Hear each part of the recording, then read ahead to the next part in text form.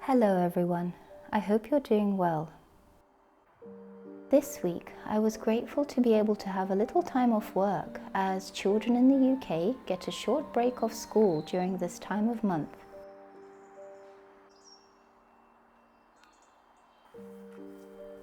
It was wonderful to have some time to myself to just relax, be with my thoughts, and to do the things I really love to do.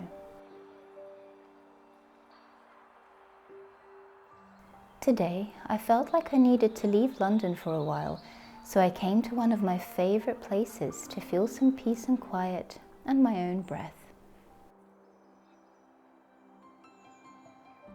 This beautiful botanical garden is a place where my family and siblings would spend hours upon hours, and this place holds so many warm childhood memories for me. Here we would spend time lying on the cool grass in the summer, chasing dragonflies, and I, of course, would be looking for fairies in the flowers. It is also the place that ignited my love for nature and plants, and where I felt truly at peace, aligned with myself, and where I felt the magic.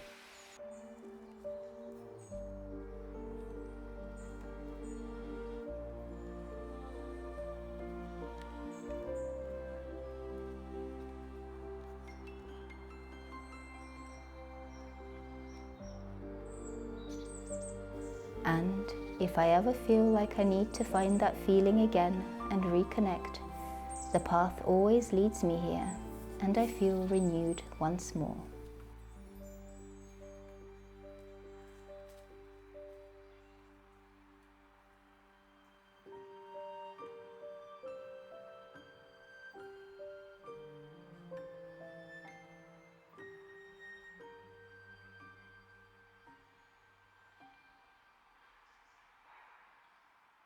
This week, as October comes to an end, I am also awaiting the festival of Samhain, also known as Halloween or Day of the Dead, and it is also regarded by some as the Celtic and pagan New Year.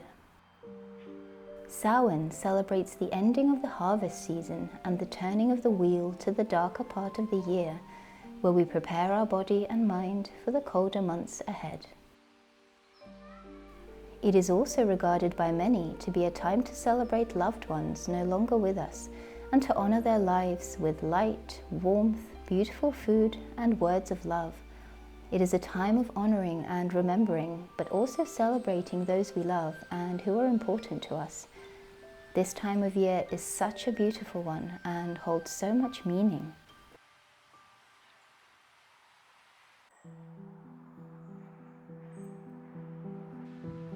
The pagan year and celebrating nature's seasons has held a lot of importance in my life. As someone with a diverse background and growing up in various places in my life, it has always been challenging for me to be able to connect with my background, where I'm from, or who I am. However, the one thing I have always deeply known is my connection and love for nature. Celebrating and living by the seasons allows me to feel part of something much bigger than myself. It makes me feel aligned with myself and with the earth, and has always brought me peace and happiness. October is an especially wonderful time of year. There are so many seasonal changes, beauty, and nature's magic all around. So I love to spend time outside as much as I can to notice every little thing. This month I have been delving into my background and my ancestry, and have begun with my mother's side. My mother's family are Jewish from Ukraine, and I have begun reconnecting by reading stories, folklore and fairy tales from that region. These are stories that were always read to me as a young child, stories that I treasured, and coming back to them has brought back so many beautiful memories of childhood, and has made me feel very connected again, especially to my grandparents who read these stories to me. I have always loved folklore and fairy tales since I was a child, and I think that these stories have so much meaning and can really give us a sense of what a region and its people were like, and what was important to them, and I think that's beautiful. Reading stories of nature and magic of where my people came from has made me feel a lot more connected to who I am.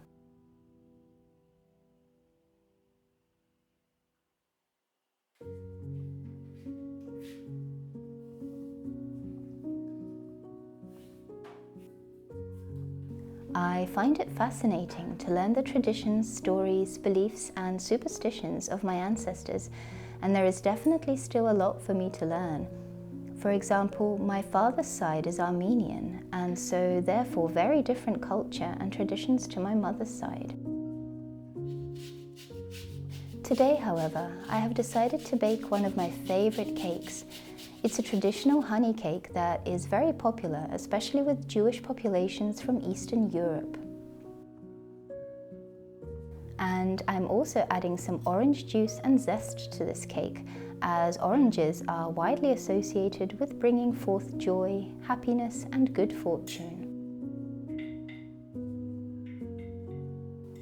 This is a cake that my grandparents would be very familiar with, and by baking it, I want to honor them, especially since they are a world away from me right now, and this way I feel a lot more connected to them and the traditions that were so important in their lives.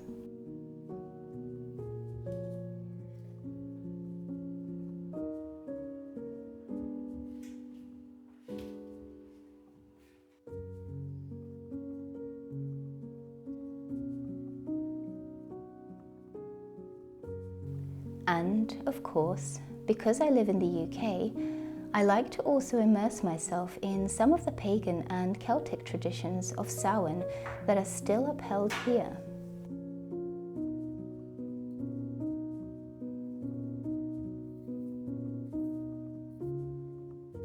The carving of turnips and later pumpkins was traditionally done to scare away any evil spirits during the time of Samhain, and this is still a very popular tradition here.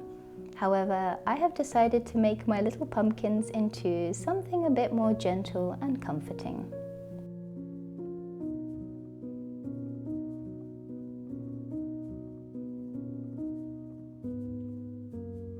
I find that there is always a myriad of wonderful ways to use up my dried flowers from summertime, and there is always some arts and crafts I can do that give me a chance to breathe, switch off, be present and in the moment. And today is just that.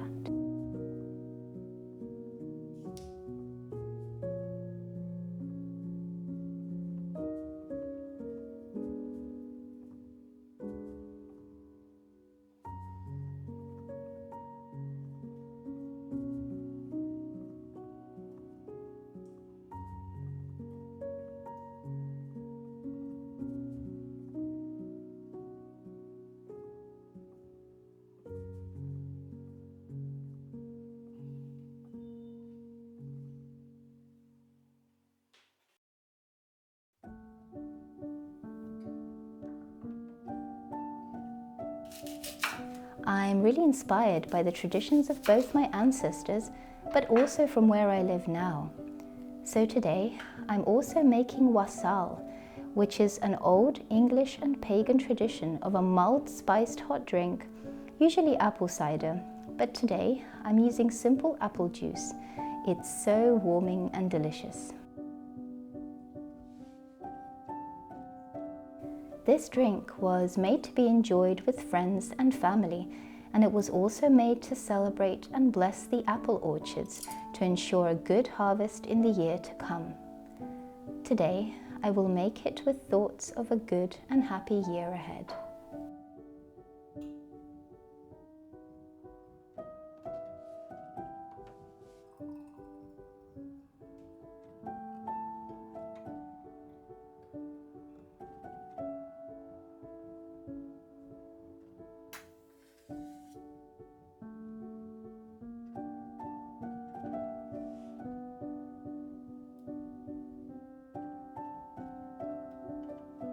Today, I will also take some time alone to remember and honor loved ones who are so important to me, and to celebrate their lives and everything they have taught me.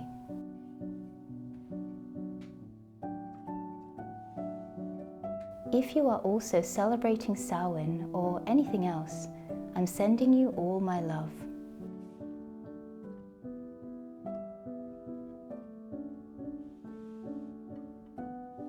Thank you, dear friends. I'm so grateful for all of you and your kindness. I'm wishing you a wonderful day or night. See you soon.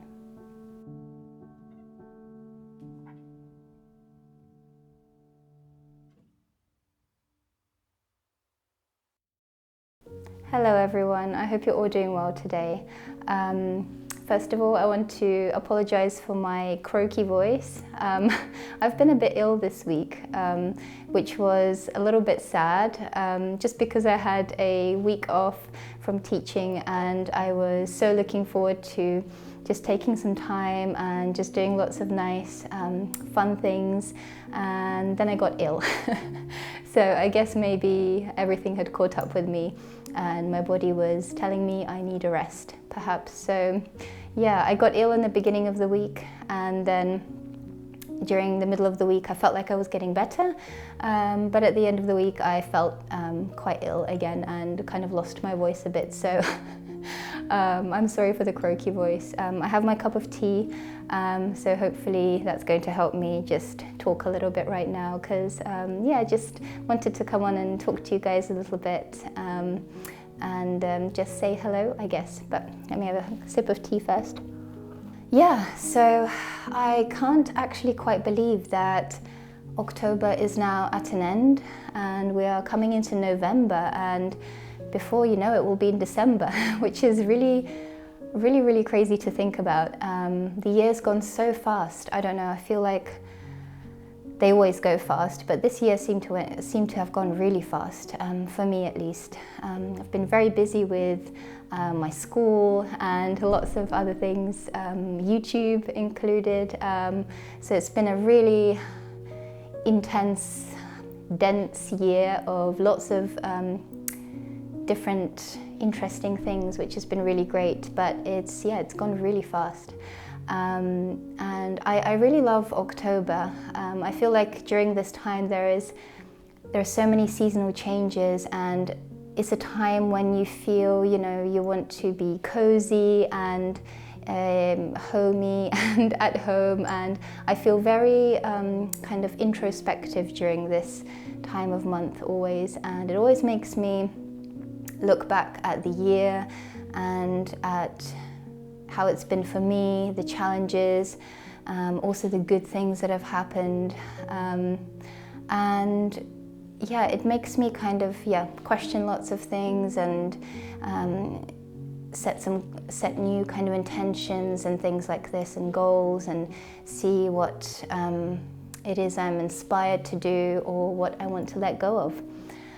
And yes, so Samhain or Halloween is coming up, and yeah, I do celebrate Samhain, as I mentioned. It's really interesting for me because it is indeed a pagan and Celtic celebration that has very old Celtic roots, but this kind of day is celebrated in many countries and cultures around the world, whether it's called a slightly different name or it's celebrated around the same time or slightly earlier or later, but it all has the same themes of kind of the Day of the Dead and celebrating loved ones and remembering them, but also celebrating their lives. And I think it's a very meaningful time of year, and it's really wonderful to think that there are so many different cultures around the world who are also celebrating a very similar thing. So it just, this month in particular has made me really feel like, actually for a while now, I've been really kind of delving a lot more into my spirituality, I guess, and what is important to me. And this year has been a lot of trying to figure out things for myself and find myself in a way. But that's a whole other topic altogether that could need a whole separate YouTube video.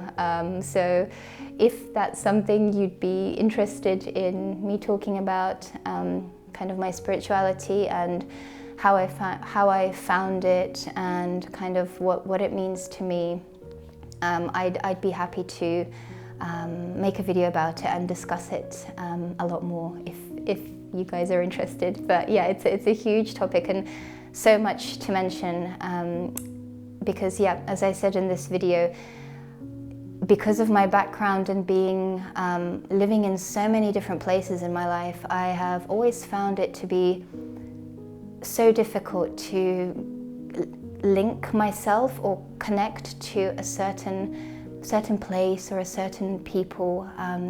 My family is spread throughout the world. As I mentioned, my mother's side is Jewish from Ukraine. They were all from Ukraine, but then some of them moved to Israel, my grandparents included, on my mother's side, who I miss very much, and who are there right now. And then my father's side is Armenian, which is so different to my mother's side, and the cultures and traditions are all so different. So it's been really fascinating for me, and I've recently really felt the urge to kind of delve deeper into my ancestry and try and connect a little bit more with my ancestors, to kind of understand their roots and where I come from, and kind of what was important to them and their traditions and their beliefs and their superstitions, or magic or anything like that you know came from their culture. I find it so fascinating because every culture has its own, you know, beliefs and superstitions and traditions, and I think that's beautiful. And yeah, for me, my two sides are so different in their own ways, and so I've decided to start with looking into kind of my mother's side first, which I'm a bit more familiar with than my dad's side, because researching both at once is just too much, it's too challenging. So it's something I really want to do at some point later, is to go deeper into my dad's side. So at the moment I've been really trying to connect with my mother's side and kind of honor and venerate my ancestors from that side, and it's been really wonderful to me. It's been really healing in a way to kind of acknowledge and understand where they came from, where they were, where they lived, what was important to them. Lots of them, as I say, being from Ukraine, and so then that involves a lot of, I guess, Ukrainian/Russian traditions and beliefs and superstitions and magic, and also very kind of Slavic folklore, which is really interesting to me. As yeah, I lived with my grandparents for a few years of my earlier life, and as I mentioned in the video, I just remember them reading these folklore and fairy tales to me when I was really little, as bedtime stories and such. So all these stories kind of woven into my childhood, and only now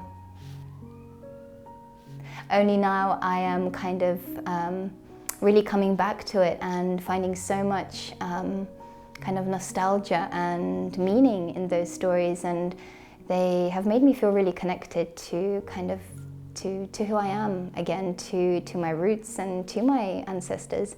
And it's been really meaningful, and I'm still on a very long journey with that, but it's been really wonderful to start feeling much closer to some of my roots, I guess.